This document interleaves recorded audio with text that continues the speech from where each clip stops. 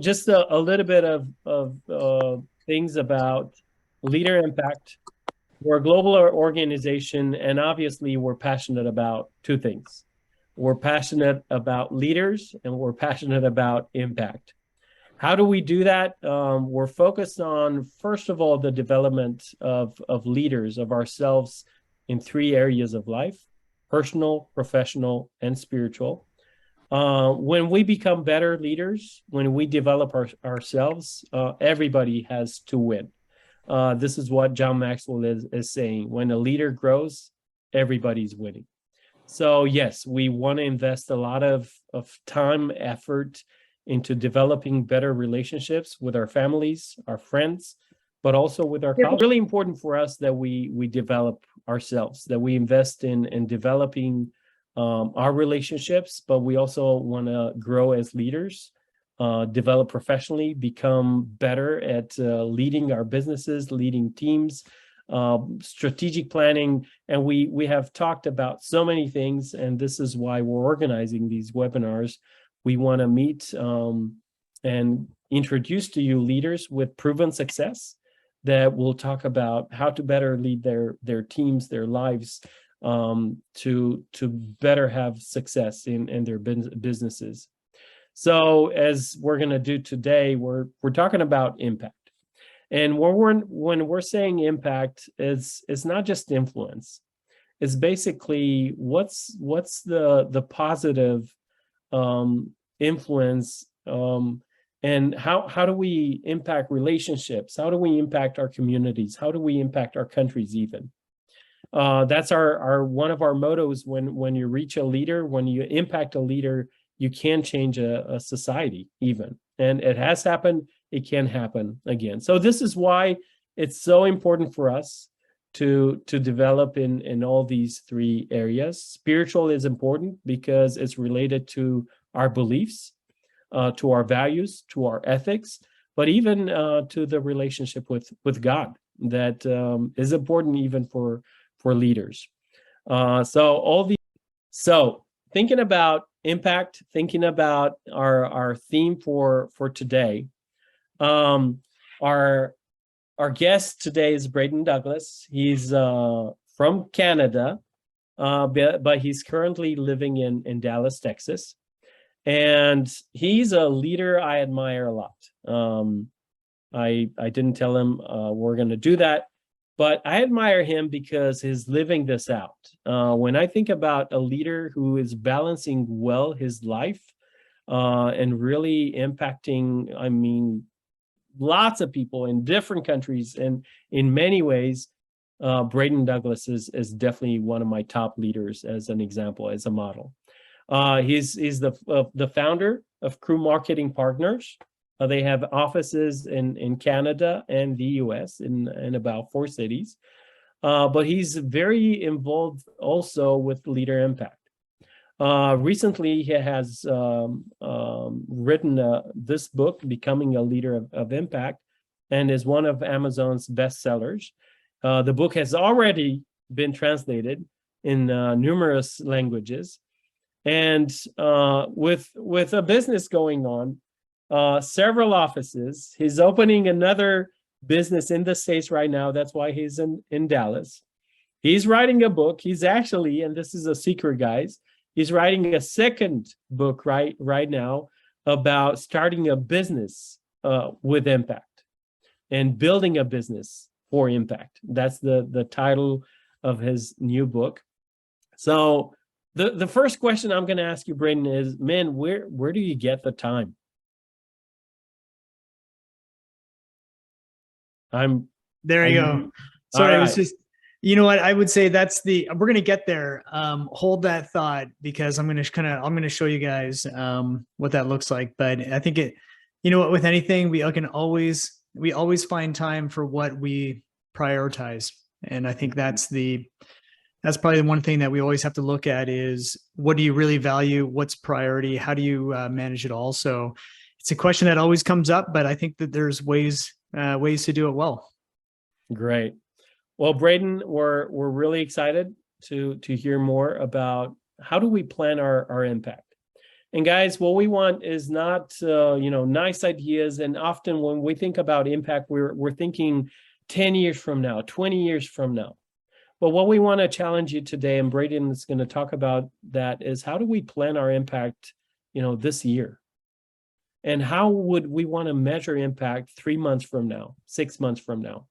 What are the things that we can put in our schedule?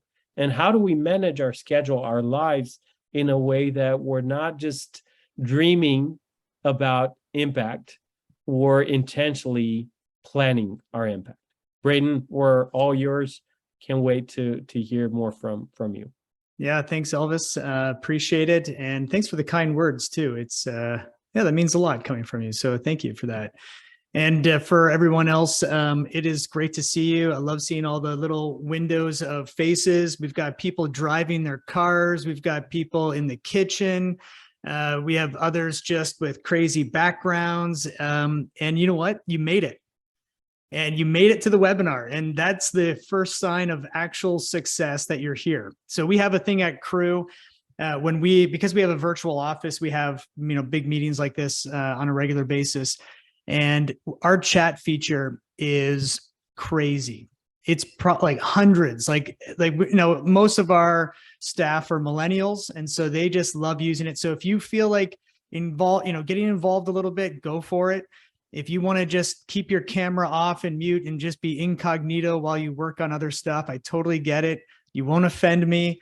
But my hope is that you get something really practical out of today that you can take and implement into your life, into your business, that is really going to make a difference for you. So enjoy it. I think that the more interaction, the more you get involved, whether it's through chat, through the group discussion, the more you're going to take out of this. And hey, you've already made the time to be here. You might as well actually, get a little engaged there. So I appreciate it. And I'm going to share my screen, and we're going to go.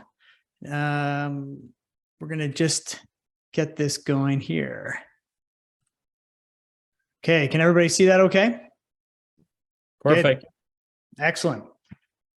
All right. So becoming a leader of impact. So you know what, when Elvis asked me to come and share, he really wanted to say, hey, Braden, like your book and everything, that it's great, but do you have anything new? Like, do you have anything practical? Like, we've all kind of heard about impact, and even on this poll, people are saying, oh, it's definitely people first, and making a difference in your community and stuff. You guys know the right answers. And I'm going to probably challenge us a bit that even though we know the right answers, sometimes actually living it out is sometimes a little bit more challenging than that. And I think, I've worked with entrepreneurs now for 20 years. And I can tell you that they definitely think about profit, and we should all think about that first, because if there is no profit in the business, there is no business, and it's going to be really difficult to influence. So you have to be good at what you do. Your business and has to be generating value, so that you can actually have influence and purpose, and to be able to give back and do things. It's really easy to have a business that people love the culture and stuff, but when it's not successful and you have to lay people off, man, that is tough. So my hope is, I want to share with you guys, I'm going to pull back the curtain. I'm going to let you into my life on a very practical level, and just be absolutely real, so that you can really get a good sense of how would this apply to me in my life. But first, we're going to open up. I'm going to give you guys a quiz. I know it's the evening for you. You're done for the day, but we're going to go through this one. So all you have to do, you can put it in the chat if you want. You can do A, B, or C in the chat, or you can just, just think about it mentally at home. But we're going to get into this. So first question: what % of employers say that improving employee retention is a critical priority for their organization? 76, 87, or 94? 94%, right? 94%. That's almost everyone. Employee retention. Number two, what % of millennial employees feel it is very important to improve society through their work? 68%, 78, or 88?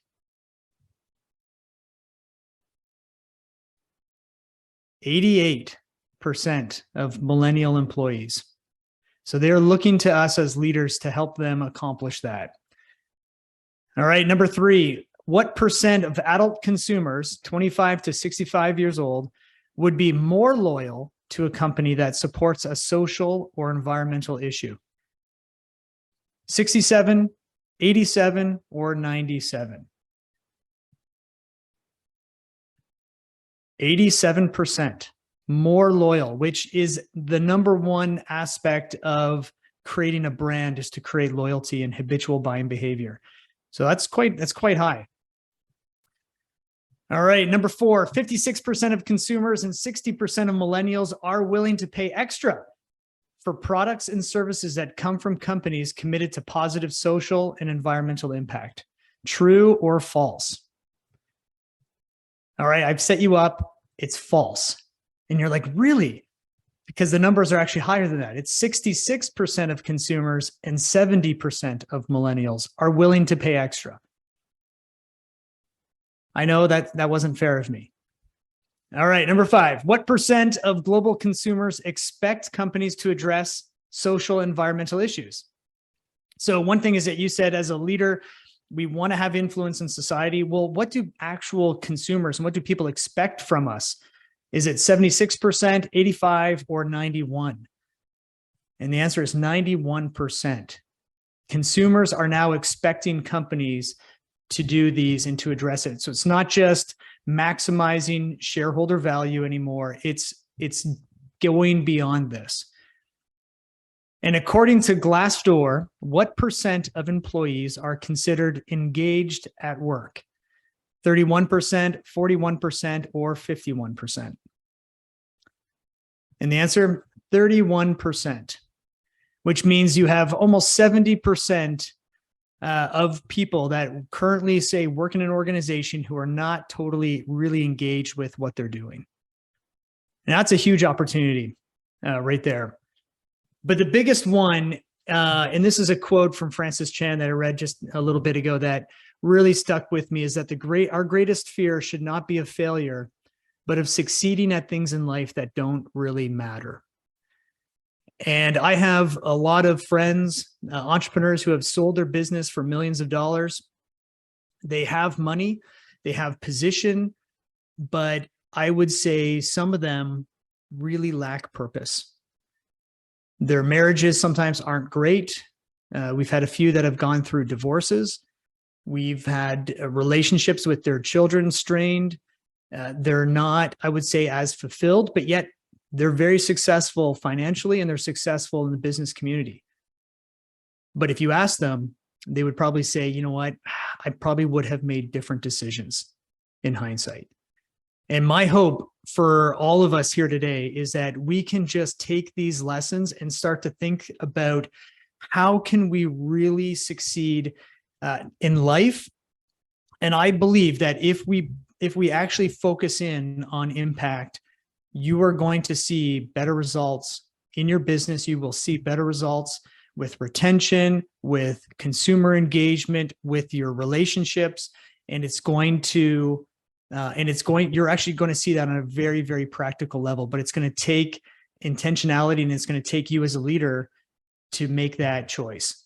So that's what we're going to do today. So 2 years ago, Leader Impact, I went to them with an idea and I said, hey guys, we're always kind of going through business books and things, but we don't really have our own material. I think we should have our own book. And they said, hey, Braden, that's a great idea. Why don't you write it?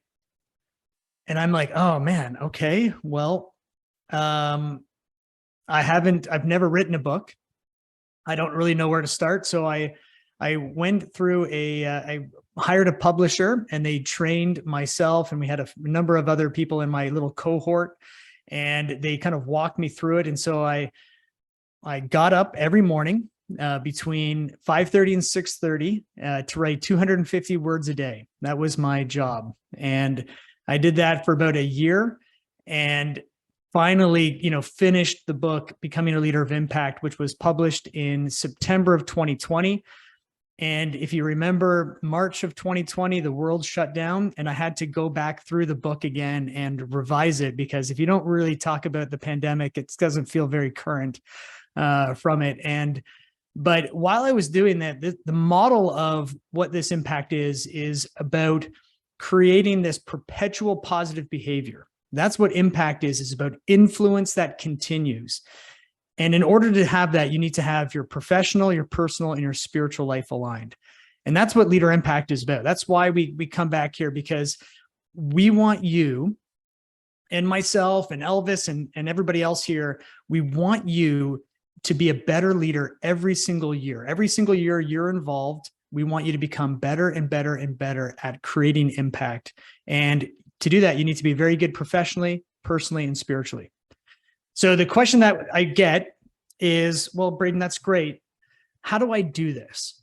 Like, what are you really doing? Because we all kind of get this on an intuitive level. We're like, yeah, okay, we get it. Having impact is better, Braden, thank you. But what does this really mean? So I'm going to give you an idea of Crew. So Crew is the agency that I founded in 2007. And we are a strategic marketing and creative agency specializing in consumer packaged goods. So we have about 80 employees across North America. We have offices in Vancouver, Toronto, Kelowna, and Dallas. We have employees kind of all around. And so what we do is we do marketing management and consulting.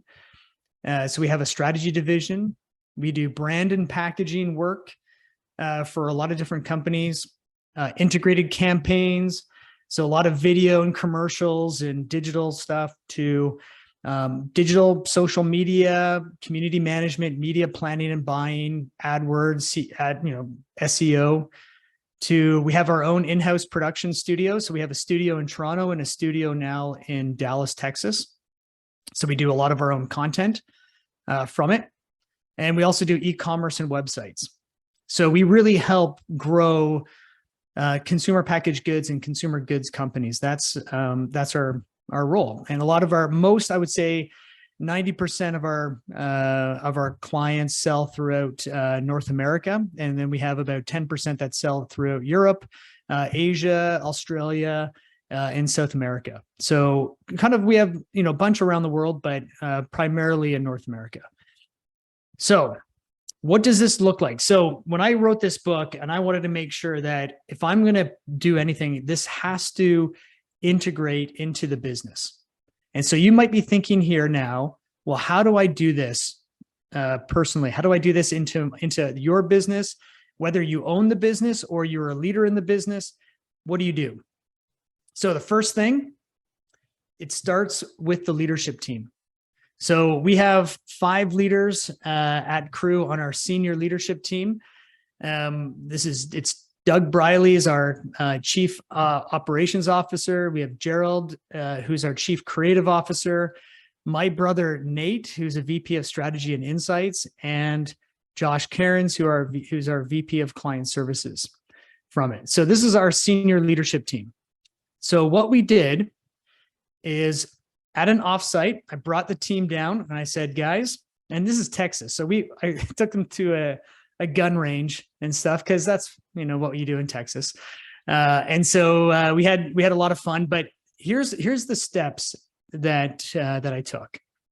So number one, we had an annual planning offsite or retreat, getting people kind of outside, thinking about the business, having that environment to just say, where do we want to go with it?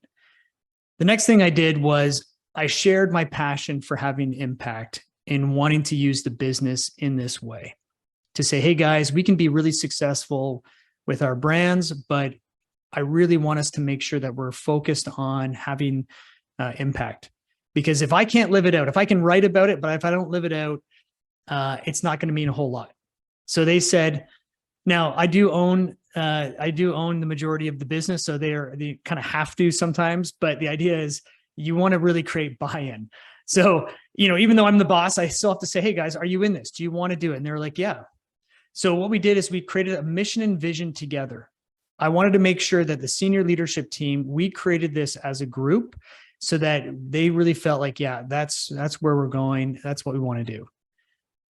The next thing is I delegated another leader on the senior leadership team to lead it. Because if it's always just me, it's not going to last as long. So I wanted to make sure that somebody else led it. So Josh right here, he stepped up and he said, I love this vision. I'll lead it for us as a senior leader sponsor. We then formed an impact committee of employees. So we then talked to our employees and we brought a team together. There's 7 of them that are part of our impact committee from different offices kind of around, that they create the annual plans for it. And what my role is to give it just broad guidance, but support their recommendations. And this is really important, is that once you get others involved, it may not look exactly like you think it should, but you have to be able to support the recommendations or else they'll stop trying. They'll stop actually getting engaged. So we wanted to kind of create that environment so that they felt like, yeah, this is good. Okay, we can do this. So now we say, great. Here's the thing that most people miss is that you have to have money, because that if you don't have any money, things don't happen as much. And so what we did is I'll kind of walk you through, but our mission, vision, and values. So our mission is we grow brands to impact lives. That's our mission now. So we put impact into our mission statement and we grow brands. And the reason we do it is to impact lives, not just consumers, but also our employees, our own families. And we really have this expansion view of how our mission plays out. Our vision, to be a global brand for good. That was we wanted to have a global vision. So we want to have one day have offices around the world, even in Europe one day. Wouldn't that be great? Just come to Europe to have an agency there as well, that presence, to be a global brand for good. And our values is the acronym CREW. So everyone here, so it's character, relationships, execution, wow. And that little mark at the end of it is our impact. Our impact, we call it the impact note from that. And every staff meeting that we have, so we have a monthly all crew meeting it's called a rookie initiation. The last person hired has to say and memorize what our mission, vision, values are. So we always we give them a heads up that this is happening, but every meeting we're constantly talking about it. And then we give awards out each quarter and kind of week that talk about, hey, this person demonstrated character, this person demonstrated great relationships. And we're constantly reinforcing the mission, vision, values, so that my hope is that the staff get sick of it. They're like, yeah, Braden, we get it. We get it. Yeah. And because you constantly have to reinforce that. So the next thing is about incorporating this into our communication. So if you look online right now at crewmp.com, if you go to our website, we have a tab up in there called Impact. And this is kind of what we have in there. This is how we do it. Here's our philosophy for impact in terms of the business components. This gives you a little bit of an idea of what's going to happen in the book coming up that I'm writing. But this gives you an idea of how we think about it and how we're going to start to incorporate it. And the reason I did this is because once it's public, you're committed. And it's like, you're in, like you better do some stuff. You better have this as a part of it. And I find that the more you can make a public communication around your intention, the more you're going to feel the pressure to execute and to make it happen. And that's really important. If it just stays inside of, in your head or just, to a couple people, the chances of you actually acting on it is just a lot lower. And so we said, you know what? No, we're going to put it out there. We're going to do it. And this keeps us accountable now, because now the staff say, hey, what are we doing around it? So you have to have plans and you have to have things going for it. So the next one is when I talked about the money. And so we started this 3 years ago. We have an impact account. So I had my controller, every 10% of our operating profit every month goes into an impact fund. And so it's a separate account that I set up at the bank. And it's just, we take 10% of our operating profit and we put it into this impact fund. And it's used for charitable donations, employee-led initiatives, pro bono work that we do, or spontaneous opportunities that come up. Now, here's the thing. Now, within businesses, we can't always know if the next month is going to be profitable.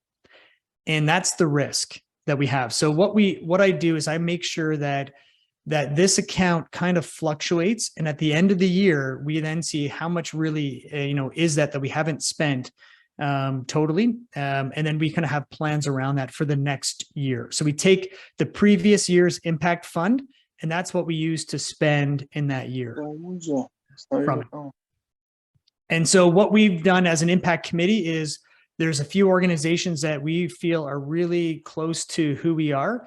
One is Food for the Hungry. So we support a coffee community of farmers. There's about 200 farmers in Guatemala that we sponsor, that we're involved with on a regular basis. We also work with Leader Impact, and that's a passion of mine. It's a passion of the organizations because we work with entrepreneurs and leaders. We really felt like this is a key area. The other one is we also help our employees when they want to go to soup kitchens to volunteer. We give them free volunteer days or half days off to be able to go and do that from it. We also created our client gifts. So this was actually, sustainable food waste cookie mix. And so it sounds disgusting, but I tell you, it's actually pretty good. And so we actually created this upcycling component, and this is what we use now for client gifts. And on the back of it, it talks about food security and how the donations and stuff go towards Food for the Hungry and what we're involved in over there. So almost every touch point, we're trying to figure out how do we just constantly have this top of mind. Okay, so that's your professional side. Personal. This is all about relationships. So you asked me, Elvis, at the beginning, how do you find time for it? You need to be maniacal about your calendar. And so what I did is I took a screenshot of my last week. So this is last week, September 11th to the 17th, 2022. You can see exactly what I have on here. I color code the turquoise is personal. The other stuff is all work related, but there's 3 things that I do from it. And one is planning your week. And so right here on Sunday, you can see this on Sunday evenings, I plan my week coming up from it. And so I try to schedule everything for that week. And I have conversations with my wife, and we always kind of say, okay, what's coming up this week? What do we need to do? Where do we need to drive the kids? All that kind of stuff. But it's about that weekly planning piece. The other 2 things that I've done that has really made a big difference is there's a book out there called Deep Work. And I blocked out these 2 times every Monday morning and Friday morning this is where I do writing and I do strategy time for the business. So I don't take any calls or meetings during those 2 periods of time. And I just focus on either writing content and thought leadership for the business, or for the books that I want to write, or just strategizing for crew in general. The next thing is winning the morning. So if you don't like to get up early, I get it, but I want to challenge you that if you really want to get things done, win the morning. And so for me, I get up at 5:30. I have devotions and reflection of the day, and then I exercise 30 minutes a day. That's the key piece that I do each morning. That I do it. Some days I may not, I may kind of go for a walk in the evening, so maybe I'll skip in the morning. But it's really that, this idea of getting up in the morning, getting that time, because there's no expectation in the morning. The kids are sleeping. My wife, she's in, nobody's calling or emailing. There's no obligation. That time is your time. And I really challenge you to use it really wisely. And so that's that kind of morning time here. The second one is time for rest and connection. And so personal activities. So scheduling those. When do they happen? When are you going to hang out with your wife and go on a date night? When are you going to spend time with your kids or with friends? Where's that relationship time going? And then for me, the Sabbath, so Saturdays are my play day. This is my Sabbath. I don't do any work. I put the phone away, and it's kind of Friday night. It's kind of like I made it. Friday night, we kind of have, now it's like we go to football games here in Texas, sometimes as a family, but we just take that time off, and I don't do any work, and it's totally fine. So nothing to do with crew or anything during that play day, that I call it. And it's the Sabbath. So for me, this is where that personal leadership comes from. The second thing is personal relationships.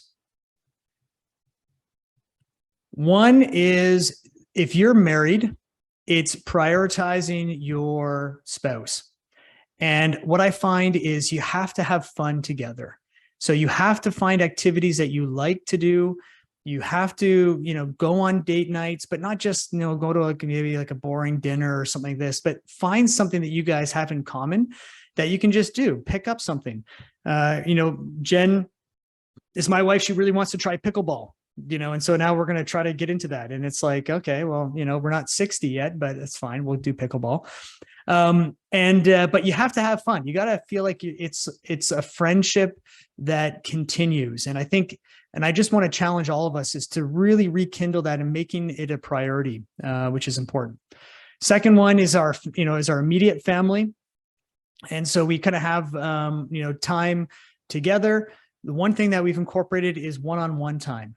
So this is my son and I went to a Barcelona soccer game when they came to Dallas.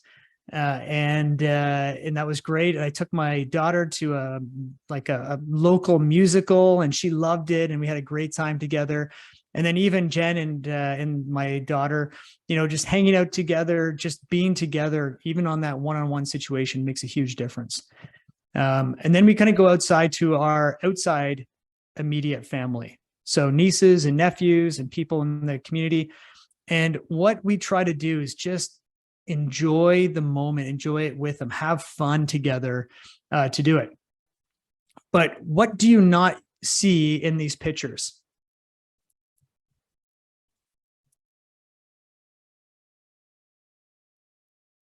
You don't see a lot of outside friends or activities that don't necessarily add to it. And I think as a leader, sometimes we stretch ourselves too much, or we try to say yes to a lot of things, and we lose focus on the relationships that matter most. And I'm a big believer that if you can't have positive impact in your home, you're not going to have that in the community. You're not going to be able to do that as well. And I think it's okay to have a smaller circle that you are really focused in on to be able to do that. And it's because you've got enough responsibility with work. You've got a lot of interactions there that are happening, but to really take care of these personal relationships, I think is absolutely critical. All right. The next one is employee relationships. All right. We talked about this a little bit. So about 5 years ago, I was working with an executive coach, and he asked me something that I was kind of taken back by. He said, "Braden, do you love your staff?" And I'm like, "Oh, yeah, of course. Yeah, sure I do. Why wouldn't I?" And he's like, "Because I don't actually think you do. The way that you talk about them, what you do, I think you think it's more of a transaction, that they work for you, and in exchange, you give them money. And as long as they do their job well, everything is okay." And at first I was like, well, yeah, because, they're employees. And he really challenged me to say, you know what, but if you want to be a leader of impact, you need to actually think and treat them differently. And it really challenged me. And from that, and we brought that into our senior team and said, guys, we need to think about people differently. And so since that time, we really celebrate our employees. We get to know them. So when we have a one-to-one meeting, how are you doing? We get to know their spouse's name and their kids and what they're into. And that first 5 minutes of a meeting is always about personal, who they are, what they're into, what they're about. We've helped them, with their fundraising goals, with their kids' school, with other opportunities that come up, because we really want them to feel like, man, I am really loved and accepted and valued. And yeah, we're going to challenge you to make and keep you accountable to performance. But first, I want them to know that even if we have to let them go, that they would say, you know what, that was the best company that I've ever worked for. And they were the best boss or leader that I've ever worked with. And even though it didn't work out and maybe I'm a little bit mad at them, they're such good people.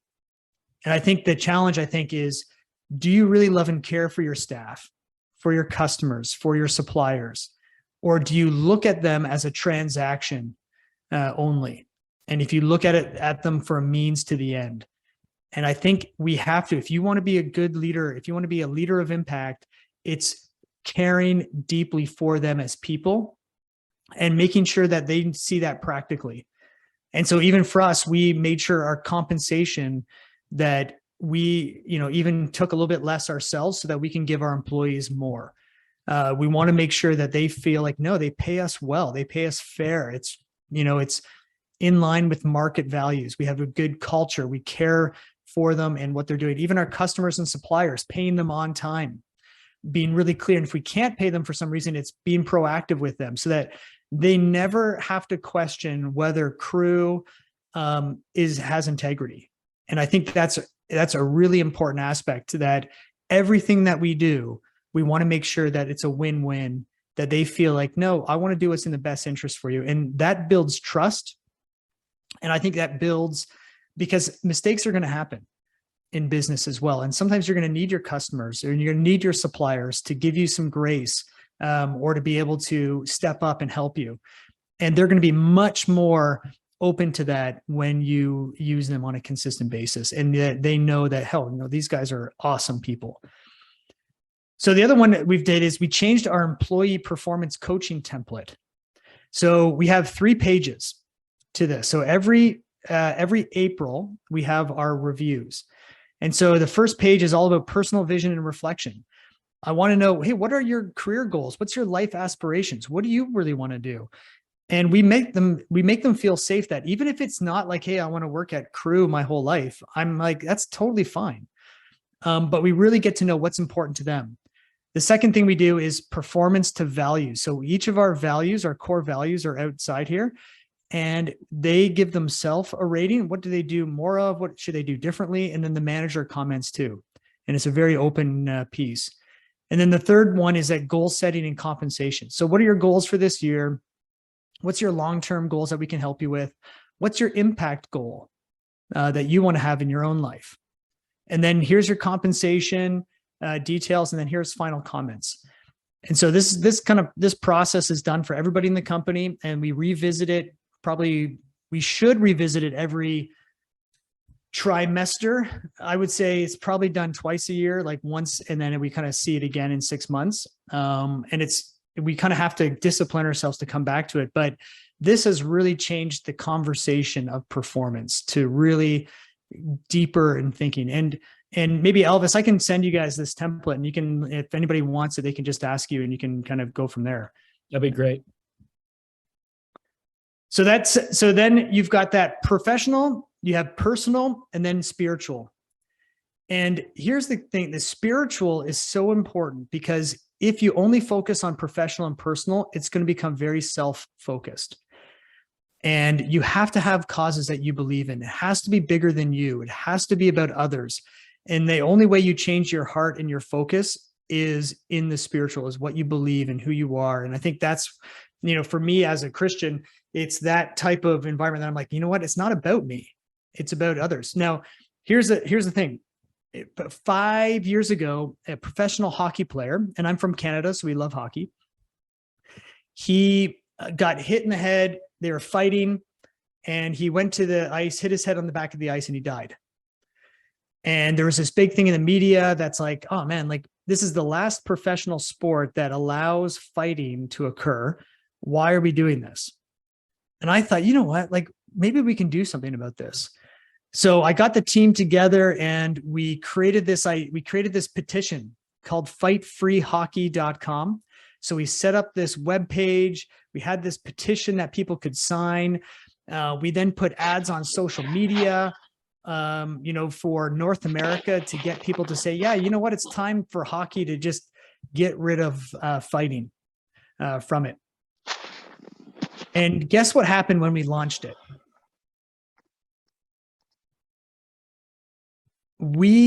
I didn't realize how many people really liked fighting in hockey. They really enjoy it. And they were very upset with me and with our company for trying to get it to be stopped.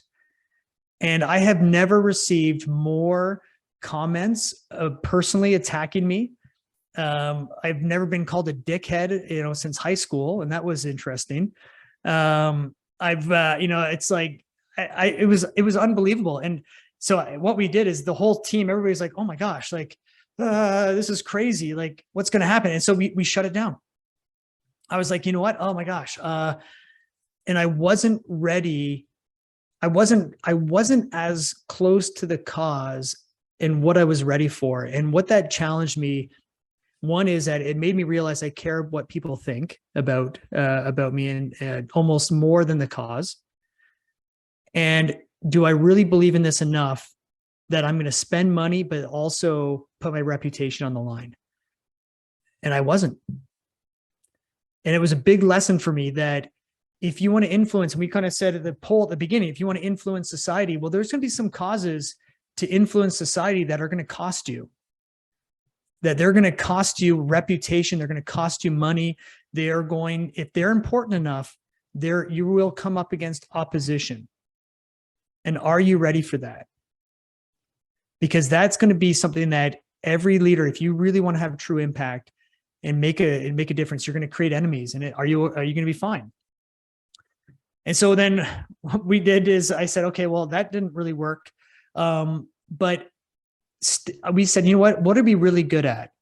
We're really good at creating campaigns. We're really good at branding. We're really good at helping companies. But what they don't do is integrate impact and charitable initiatives into their campaigns. They just think about selling. So could we create that? And so 4 years ago, I said to our staff, hey, what if we just shut down our offices for one day and created this idea called Good Day, where we spend all of our efforts on different teams and to help companies create this.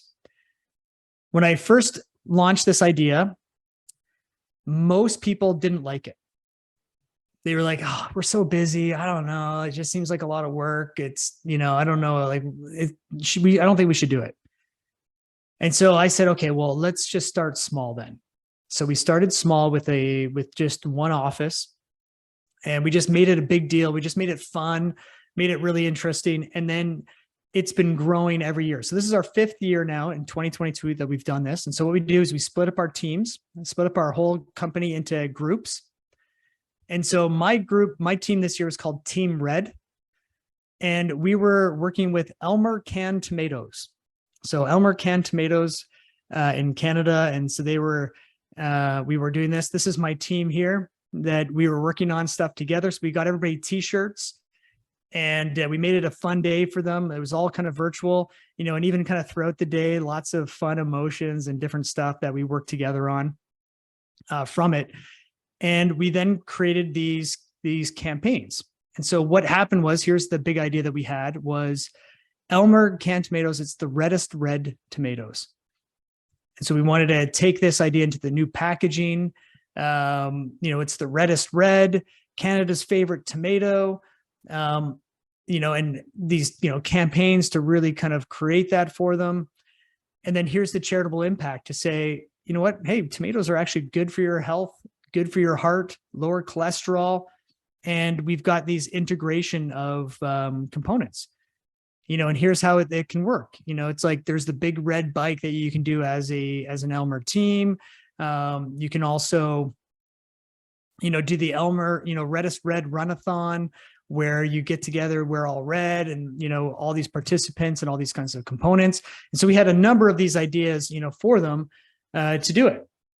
And then what we do is we then present all of these options as a group for a contest. So other teams came up with Moonshine Mamas was this daily squeeze to raise awareness for breast cancer and things. And so this was a campaign for them, squeeze for a cause from it. There was, let's take over good news for a day instead of always the bad news. Let's really own good news for one of our clients as a PR stunt. Another one was a soup kitchen. And we wanted to highlight the people this was a soup kitchen that employed some of the physically and mentally challenged and handicapped people. And so they would create soups that they would sell. And so we wanted to raise awareness for them. And so we called it the superpower, and the people that are involved in it. We actually presented this last week to them, and the board of directors, 3 of them started to actually cry because of they just felt like it was the first time somebody's really brought them to life and actually created it. Even Americans, we love sugar, and Americans consume 24 billion pounds of sugar. It's a lot of sugar. And so we created this character called the Sweet Tooth, and he's not a friend of yours. So don't give in to the sweet tooth component. So the whole, these, and this is for an organization called ACEs, which is a company trying to get Americans to eat healthier from it. So trying to really help them. And without these, they wouldn't be doing these campaigns, but our team can actually help do it. So this is where integrating these things. So the leader impact model for us, from professional, it's about leadership, planning, and integrating it into your company. Personal, time management, and relationships. Your spiritual, it's beyond yourself and it's causes to get behind. And I think if you look at and focus on these 3 areas, you're going to start to have impact, and you can see that it's going to help your business. It's going to help you grow. And I come back to this, with Francis Chan, is that our greatest fear should not be of failure, but of succeeding at things in life that don't matter. And it's really hard to do it on your own. And I really encourage you. I look at all of us today in these, little squares, and I'm in part of a leader impact group. I have been for the last 15 years. I've been a part of many of them. They are such a great investment of your time. For me, it was in the mornings. It's an hour, but the group is that we're all trying to do this and trying to live this out. And so it's encouraging each other. It's building you up personally. It's challenging you professionally. It's helping you really think about your spiritual life in a really real and vibrant way. And so if you're not a part of a leader impact group, I highly recommend it, because you can't become a leader of impact on your own. It takes a village. It takes others who think like you, who can actually keep you accountable, have fun together, network, grow, because I want you to be wildly successful and profitable so that you can use that influence with personal relationships and with society. And when you are focused on others and not on yourself, then I know you're going to have an impact that is going to have a lasting effect in the world. And that's our hope today. So thank you, guys. The book is available on Amazon as well. And Elvis and organizing committee, hey, I always appreciate you guys having me here too. Oh, thank you, Braden. It was such a pleasure, and it is such a pleasure to have you. We still have a time for questions, and don't forget about our small groups. It's an opportunity to actually share from your own experience and best practices in how you're planning your impact. But I just want to highlight some of the things that have been extremely valuable for me as we're thinking about impact. One of the things that Braden said is get others involved with us. I really like that. Making it public, great thought. Talking to others about it and kind of putting yourself out there. That was amazing. Planning well and organizing your life in a way that you actually make space for that kind of impact. And then our relationship with employees, believing and involving ourselves in a cause that's bigger than ourselves. those are some key points that I'm taking with myself. And man, winning that morning 5:30, that's a challenge, but I love it. I love it. So Braden, I want to encourage everybody to write in the chat. There are some questions already, so please write your question in the chat right now. I have a couple of questions to get us going, and maybe we'll hit as many questions as we can. But Braden, as you think about your year, this year, what are some of the things of impact that you're celebrating? The things of impact, the impact that you've had this year that you've planned out. What are some things that you're celebrating? I would one thing that we organized was a family reunion this year. We really felt like even with the pandemic, everybody's kind of around, and we said, you know what, let's make a concerted effort to bring all of the family from around North America together. And that was a great moment. It's, when you're doing it, you're always like, oh man, I don't know, I would rather just go to, somewhere else on my own or whatever. But when you can actually, when you make it a priority, you're always happy at the end. And that was something that, we really loved and enjoyed. I would say that as from a business perspective, the more we grow as a company, the more we're able to have impact. So that impact fund grows with, if it's 10%, 10% on a small number is not a lot, but as it grows and now we're, getting bigger as a company, you can see how there's, I can see how like, Bill Gates can control the world, in a way. It makes a huge difference. And so it's, this is where influence, financial helps with, effort, but you still need people, you still need things that you really believe in. You still have to do it. But I think as leaders, we have to think about, we just can't do it without resources, people, time, money. And I think as we grow as a company, the more the company has really embraced impact and really has embraced this kind of strategy and mission, I think it's been really rewarding. Mm-hmm. Well, my second question is, how would you answer a leader that will say something like, Braden, you know what? You have no idea how busy I am. I can barely find time for myself or for my family. How can I think about impact somewhere else, a cause, investing in my employees? I'm just so busy. I think, man, we hear this all the time, and we're all busy. Every leader I've talked to is busy. What are those real activities that they're doing? And is it a failure of delegation? Are you not delegating? Are you inefficient in your work? Are you taking, so even for me, meetings, Elvis, you can see this, you kind of say a meeting. I'm like, I have maximum 30 minutes. That's it.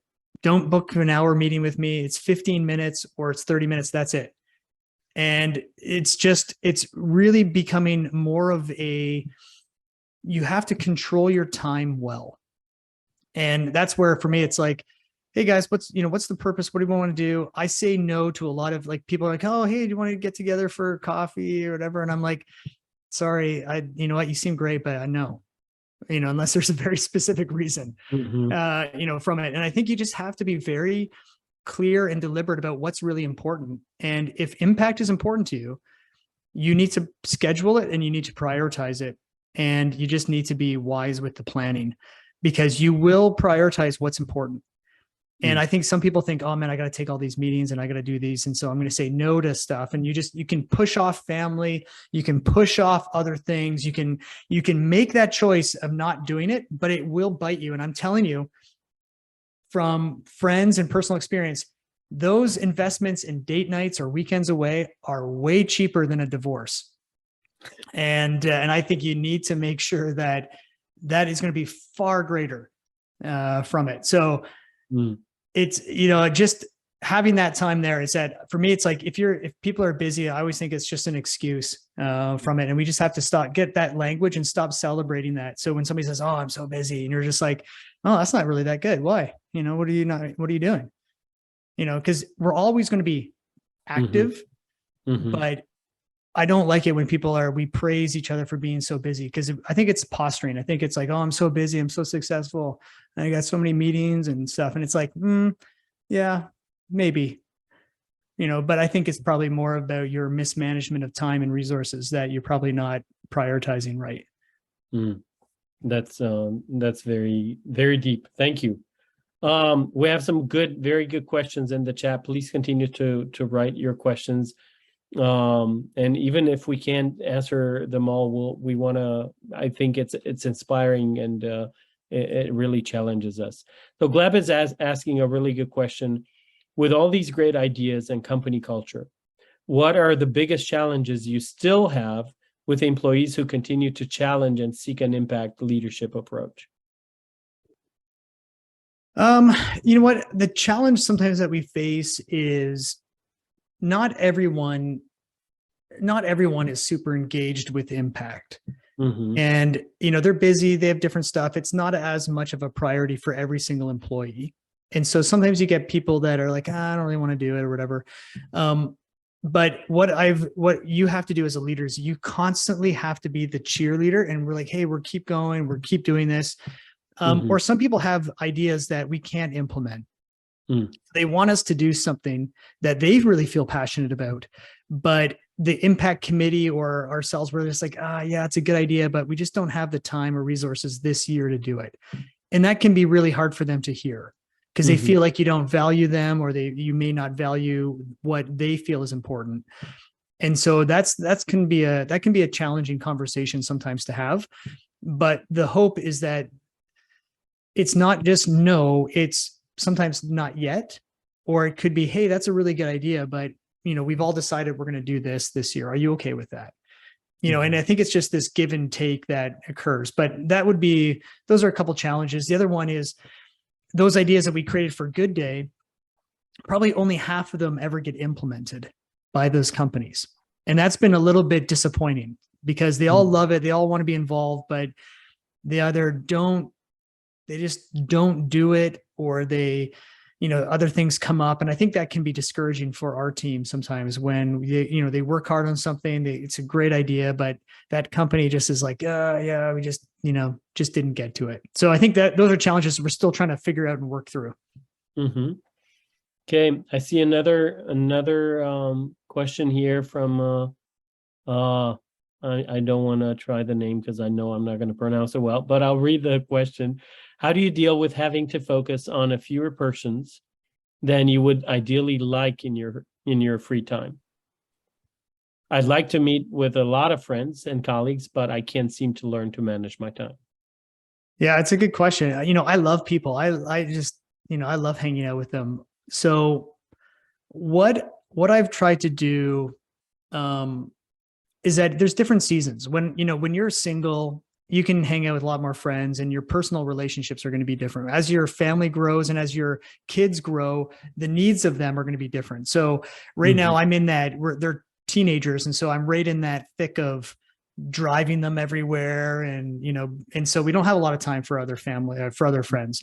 But what we also try to do is organize things that we can do together. So football games, we'll go, as a family, then we'll meet up with other ones there, and then we'll come back. And so we try to combine them. So even date nights for me, I try to combine with exercise. So my wife and I, we love walking, and so we'll do that. We'll pick up pickleball so we can get exercise as well as hang out and have a date together. And that's really good. We found that running together doesn't work. I'm a lot faster, and then she's out of breath and can't talk, and she doesn't like that. So we do walking. And so there's different things that we do that we try to combine as much as we can together without sacrificing, for me, just family. So there's a golf thing with some guys, and I'm like, it's on a Saturday. Man, you know what, guys, I can't make it. Sorry. I love golf. I love playing it. But that's something right now in my season I just don't have a lot of time for. And you just have to sacrifice that. Or, watching football or watching Netflix or whatever it may be. I just don't have a lot of time for that in this season. And so I choose not to do those things. And instead, even last night, I'm like, I got to drive to soccer. So while I'm driving that, I'm calling my parents and checking in on them. I'm calling some friends. So I'm trying to just, use the time that I have in the best way for what I think is important. And that's those closer relationships. Mm-hmm. Thank you. Thank you. Another question. Somebody is asking you, could you unpack the performance to values part of the staff review? Yeah, good question. So what we've done is we took our core values: character, relationships, execution, wow, and impact.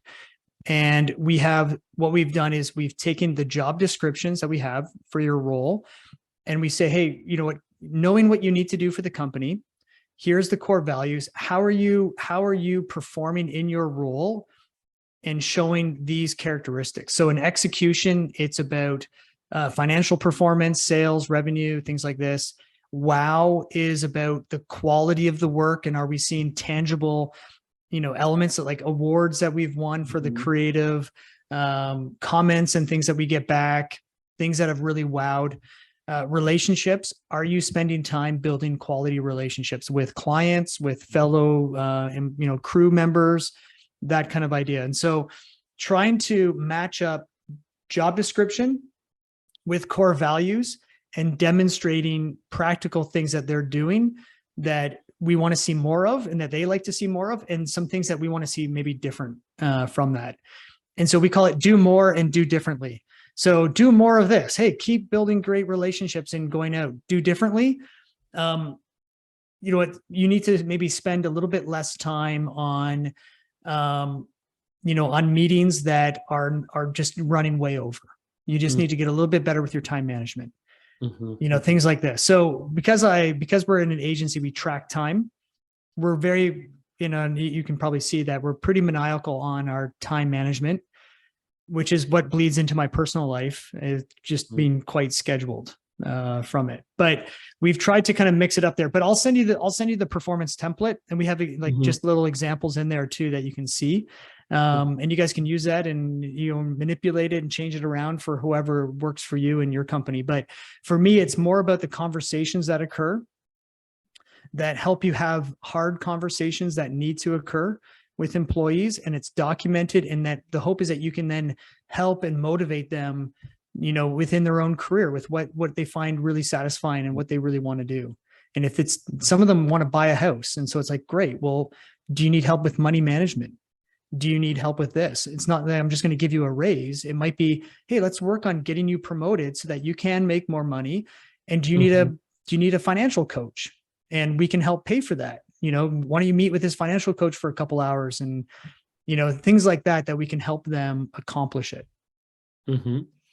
Okay, great. I think we'll take one more question. Just want to announce to you guys that we're going to have a small group conversation. So pay attention to your, you're going to see some breakouts, a button on breakouts, and we're going to have groups, country groups for Ukraine, Croatia, Czech Republic, but we're also going to have probably a couple of groups on English, just speaking English. So be aware of that. After this question, we're going to break into small groups. You're going to see that button, and you're going to see the 5 groups or 6 groups, depending on how many people we're going to have, and then you just hit the group that you want to join. There's a button there that you just hit and says join. I'll explain that a little later. But one more question from Hannah. How do you talk to an employee that you decide to fire if your values are different or the behavior doesn't match the company? How do you talk to them and to other staff? Yeah, it's a good question. I've had to do that a few times. Firing employees is probably the worst part of a manager's job. Nobody likes doing it. If you really do like doing it, you're probably of a different person. But what I find is that firing somebody should never be a surprise to them. it really, and you can tell when you work with somebody for long enough, you can tell if this behavior that they're, showing is consistent, or if they're having maybe a really stressful time and it's short term from it, and you can choose that. But for me, what I do is we like have that conversation. I bring them into my office or call them in a, and say, I've noticed, and this is actually language that we had an HR professional train us on a number of years ago. I've noticed that you have been a little on edge when talking with other employees, and that's coming across, and it's hurting relationships with them. And it's really showing a bit of a lack of character, which is a core value of ours at Crew. Is everything okay? Right? Having them really kind of say, oh yeah, maybe this is that. And it's, having that clear conversation. Hey, just want to let you know, like, this is what's going to happen. So we want to make sure that if relationships are ruined, or character continues to show up in a way that's really going to hurt somebody else's work environment, and they're not going to like it here, and it's going to hurt you, I won't be able to let that continue, just for your sake and for everybody else's. So do you think we can work together on a plan to help walk through that? Okay, so why don't we do this? I'm going to check in 2 weeks with you, and make sure that you're okay, everything's like fine, whatever it is. And you can have I don't like to do once you do a formal performance planning where you actually document it and things, that person, you might as well actually just let them go from it, because it usually doesn't come back. But for me, it's I want them to feel like, hey, I really care for you as an individual. I care about everybody else in this company and for our clients and customers and whoever else, so that I can't allow you to continue in behavior that's going to hinder them as well. It's not fair to them. It's not going to be fair to you. Mm-hmm. And so we walk it through, and if they don't correct it, hey, we come back again and say, hey, and this happened 6 months ago. Hey, we had more negative feedback from people within it. And that this is against one of our core values. We've talked about this a number of times. And so what we're going to do is we're going to let you go. But here's what we want to help you with. We want to help you find another job. And so for me, our severance package is usually a lot stronger than what the market would be. So we try to be very, very fair with it. And I try not to treat them like a criminal. I did that once before. I let somebody go, and then we were like, okay, when you let them go, you take away the keys and you walk them to their desk and you put all their stuff away and you just walk them out. And I'm like, oh, and so I'm like, okay. And so I did that. And this was about 3-4 years ago. And I felt like I've worked with this person for 5 years. I know them really well. And I felt like I'm like, they're not going to just go and start to steal stuff. I don't think, it's like, they're not just all of a sudden crazy. Yeah, they may be angry with me at the time, but I think that's where treating people with respect, treating them like a human, treating them like a somebody that, yeah, it didn't work out, but it's okay. And for me, the best satisfaction is I want them to be able to say, yeah, it didn't work out. And actually this is one of the guys, he said, you know what, looking back, you were right to fire me, Braden, because I was really angry and I was in a bad place. And that was a real wake up call for me. And I was able to actually get some help and change. And I'm, at the time it was painful for me to let him go, but 2 years later, coming back and saying, actually, you know what, I don't blame you. And it was a good thing. And it was clear.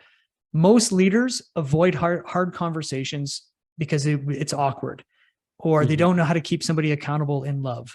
And the more you kind of can build into them ahead of time, have clear conversations, act on it, but then do it really well with better severance, maybe helping them out to find another job, whatever you can, always is going to be better.